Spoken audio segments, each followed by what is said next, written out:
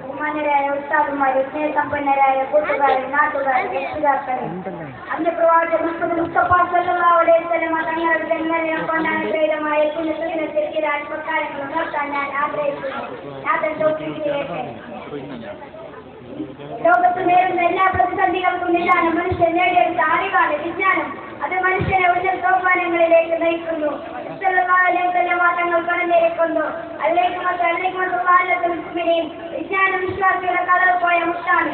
ഒരു വിളിപ്പിടിപ്പുള്ള മുത്ത് കളവ് പോയാൽ അത് വീണ്ടെടുക്കാൻ നാം എത്ര കഠിനാധ്വാനം ചെയ്യണം. അതുപോലെയാണ് ആദ്യ അക്ഷരം മുതൽ നാം പഠിച്ചു തുടങ്ങുന്നത് ഖുർആനും ഹദീസും കർമ്മശാസ്ത്രവുമാണ്. പഠിച്ചത് ഫലപ്രദമാവണമെങ്കിൽ പഠിച്ചതനുസരിച്ച് ജീവിക്കാൻ നാം തയ്യാറെടുക്കണം. ഇതിൽ അതവും അച്ചടക്കവും അത്യാവശ്യമാണ്. ഇന്ന് ആധുനിക ലോകം നേരിടുന്ന ഏറ്റവും വലിയ പ്രതിസന്ധി ആത്മീയ ലോകത്തിന്റെ പ്രഭാവമാണ്. ഇതിന് പരിഹാരം കാണാൻ ഓരോ ആളുകളും രംഗത്തിറങ്ങണം. ഇത്രയും പറഞ്ഞ് എന്റെ കൊച്ചുമക്കൾ വിരമിക്കുന്നു.